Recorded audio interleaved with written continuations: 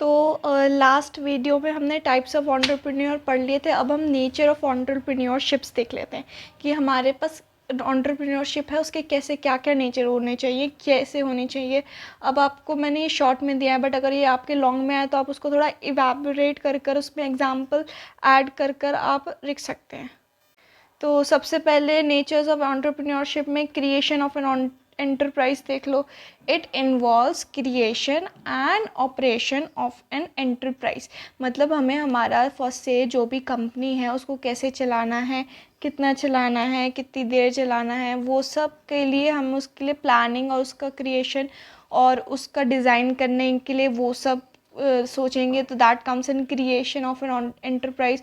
फिर organising function, मतलब कि जो काम है, जैसे हमने ऑपरेशन मैथोलॉजी वगैरह पढ़ी थी, जैसे कि जैसे हमारे पास अगर 2 वर्कर है, अगर एक वर्कर ने काम कर दिया और दूसरा वर्कर उस काम को आगे ले जा रहा है तो पहला वाला वर्कर फ्री नहीं बैठना चाहिए, वो कुछ और काम करे, ठीक है। और सबका फंक्शन, मतलब सबको सबके काम बताना, सबको सबका मैनेजमेंट करना है। दैट एवरीथिंग कम्स इनोवेशन मतलब कोई ऐसी नई चीज़ मार्केट में लाना है, या फिर कोई ऐसी नई टेक्निक अपने ऑफिस में लाना जिससे आपको प्रॉफिट हो और कंपनी में जो जो लोग हैं सबका काम इजी और इफेक्टिव वे में हो जाए, जो कि हमने मैनेजमेंट की डेफिनेशन में पढ़ा था वही। Innovation should be there. Risk bearing capacity, risk लेने की दम होनी चाहिए। मतलब कि ऐसा होना चाहिए कि चलो ठीक है, वी डू दिस, ये अपन मार्केट में लॉन्च करते हैं या हम लोग ऐसा करते हैं। तो रिस्क लेना ज़रूरी होता है, बिकॉज जो एंटरप्रेन्योरशिप है, एंटरप्राइजेज है, ये नया बिजनेस है, without risk they can't get success, right. So risk is very important. फिर हम मैनेजरियल लीडरशिप फंक्शंस देखेंगे। मतलब कि रिस्पॉन्सिबिलिटी उठाने की दम होनी चाहिए। कुछ सही कुछ गलत जो भी हो रहा है उसमें हमारा जो एंटरप्रेन्योर है उसमें वो रिस्पॉन्सिबिलिटी उठाए, वो अपनी गलतियों को अपने सर में लिए एज अ लीडर काम करे, ठीक है। गैप फीलिंग होना चाहिए, मतलब कहीं पे कुछ कमी हो रही है, किसी चीज़ में कुछ देरी हो रही है, तो as a boss, as a leader entrepreneur को आके उस वो जो खालीपन है उसे पूरा करना चाहिए। अब हम प्रोसेस ऑफ एंटरप्रेन्योरशिप देख लेते हैं। पहले तो देखिए, आप ऐसे ही डायग्राम बनाएंगे तो आई कैन से कि आपको अच्छे मार्क्स मिलेंगे। और ये डायग्राम और पढ़ाई वढ़ाई तो ठीक है। If you are learning entrepreneurship, learn the way entrepreneur works, because हमारी कंट्री है इंडिया, इसमें हमें एंटरप्रेन्योरों की ज़्यादा ज़रूरत है रादर देन IPS IAS। जितने एंटरप्रेन्योर्स होंगे उतने ही नए बिजनेस होंगे और उतनी नई जॉब निकलेंगी, तो हमारे इधर ये अनएम्प्लॉयमेंट वाली प्रॉब्लम कम होगी। तो ये वाला सब्जेक्ट थोड़ा ध्यान से पढ़िए, क्या पता आप में से कोई कल को बिल गेट्स या स्टीव जॉब्स बन जाए, है ना। तो ठीक है, आइडेंटिफाई एंड अपॉर्चुनिटी। सबसे पहले तो मार्केट में अपॉर्चुनिटी ढूंढो, आइडेंटिफाई करो। जैसे बायजूस ने की कि बच्चों को होम ट्यूशन की ज़रूरत है और बेटर विजुअलाइजेशन स्टडी की ज़रूरत है, तो हमारा बायजूस बन गया। जोमेटो वालों को पता चला कि खाना ऑर्डर तो रेस्टोरेंट डिलीवर करते हैं, पर उन्हें कोई एक जगह चाहिए जहाँ पे वो सारे रेस्टोरेंट को इकट्ठा कंपेयर कर सके, वैसे तो जोमेटो बन गया। तो वैसे ही आइडेंटिफाई द अपॉर्चुनिटी। उसके बाद जब अपॉर्चुनिटी पता चल जाती है तो उसका विज़न देखिए, मतलब कि उसमें क्या चाहिए, कैसे चाहिए, पूरा अपना एक डायरी या पेज पे पूरा स्टैब्लिश अ विजन करें। उसके बाद प्रिस्यूडिंग अदर्स, सबको अपनी टीम बनाइए। फाउंडर्स, को founders, manager, technician, everybody is required in a business. तो अपनी टीम बनाइए, उनको मोटिवेट करिए, उनको बताइए कि नया स्टार्टअप है, हम लोग पार्ट टाइम से स्टार्ट कर सकते हैं, हम कुछ भी स्टार्ट कर सकते हैं। उनको मोटिवेट कीजिए, उन्हें बताइए कि अगर चल जाता है तो we will be in very good profit, हम नई जॉब से वैबरेट कर सकते हैं, ये सब।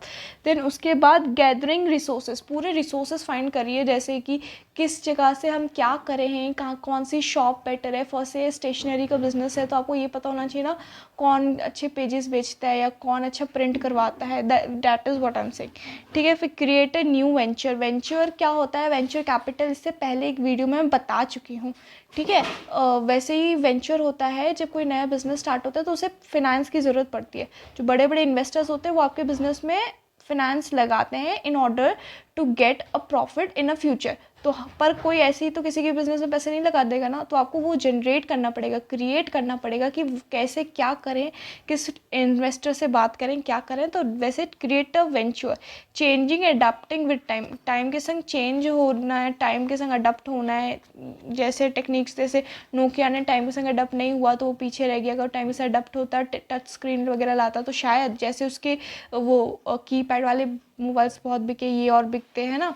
तो और हाँ, वही जो मैंने आपको समझाया, that is what over here. मैं पीडीएफ डाल देती हूँ, जो अभी मैं डिस्क्रिप्शन में पीडीएफ डालूंगी, वो पूरे एंटरप्रेन्योर्स के नोट के डाल दूंगी for the last video and for this video as well,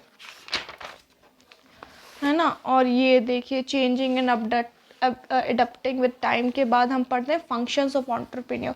सबसे पहले तो प्राइमरी फंक्शंस होते हैं, आपको प्लानिंग करनी है about your business and everything, फिर और उसको ऑर्गेनाइज करना है कि ठीक है पहले हम ये करेंगे, फिर ऐसे होगा वो होगा। फिर decision making very important, you have to make a proper and the right decision कि this what is needed to be done.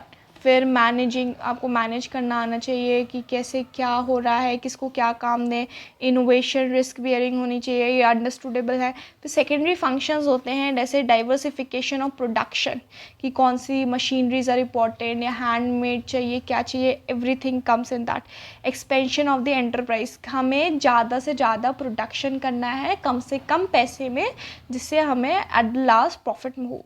Maintaining cordial employer and employ relation, अच्छा रिलेशन बनाना है किसी भी कंपनी को, किसी भी चीज़ में team work is must. Without team work you can't do anything. आपको अच्छा रिलेशन अपने एम्प्लॉयर्स के संग इसलिए बनाना है क्योंकि अकेले इंसान को सब काम नहीं कर सकता। आपको आपके मैनेजर, टेक्नीशियन और प्रोडक्शन हाउस वालों से सबको अगर आप मोटिवेट करके रखोगे, उनके संग अच्छा रिलेशन बनाओगे, तो उस काम को अपना काम समझ के करेंगे, नॉट एज अ जॉब।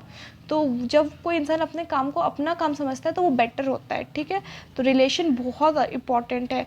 फिर ट्रैकिंग लेबर्स, अपने लेबर्स वगैरह की प्रॉब्लम को सॉल्व करिए। अगर उनका दिमाग शांत होगा तो that only the way they can work properly. Coordinating and committing with the third parties, तीसरी पार्टीज़ के संग बात करिए, देखिए कहाँ पे क्या हो सकता है। अदर फंक्शंस कैसे क्या हो सकते हैं, managing of scale resources, dealing with the public bureaucracies, identifying parallel opportunities, building strong. देखो, सबसे पहले तो रिसोर्सेज को आप मैनेज करो, फिर लोगों के संग जो जो प्रॉब्लम है, कैसी प्रॉब्लम है, क्या क्या प्रॉब्लम है, वो सब आप आइडेंटिफाई करो। फिर जो अपॉर्चुनिटी उसके संग में मिल रही हैं, जैसे कुछ बेच रहे हो उसके संग ये भी बेचोगे तो प्रॉफिट होगा, तो वो देखो। हाँ, स्ट्रॉन्ग कस्टमर रिलेशनशिप बनाओ। फिर बैरियर्स टू एंटरप्रेन्योरशिप देख लो। सबसे पहले तो देखो, एनवायरनमेंट में हमें मटेरियल अच्छा नहीं मिलता, लेबर अच्छी नहीं मिलती, मशीन अच्छी नहीं मिलती है। फिर हमें अपनी जहाँ पे काम करना है वो लैंड और बिल्डिंग अच्छी नहीं मिलती, इंफ्रास्ट्रक्चर सपोर्ट नहीं मिलता है। ये बहुत बड़े बैरियर्स है, इनको कम करना है, इनको ठीक करना है। फिर फिनेंशियल बैरियर्स आते हैं, पैसे सफिशिएंट नहीं होते हैं। पहले आप फिनिश गुड्स बनाओगे तो फिनिश गुड्स को बनाने के लिए आपके पास पैसे पूरे नहीं हो रहे हैं, बेचोगे, बिका सामान नहीं बिका, कस्टमर आए नहीं आए, फिनेंशियल बैरियर्स आर लॉट। फिर पर्सनल बैरियर्स आएंगे, जैसे कॉन्फिडेंस कम हो जाता है जब बार बार इंसान हारने लगता है ना।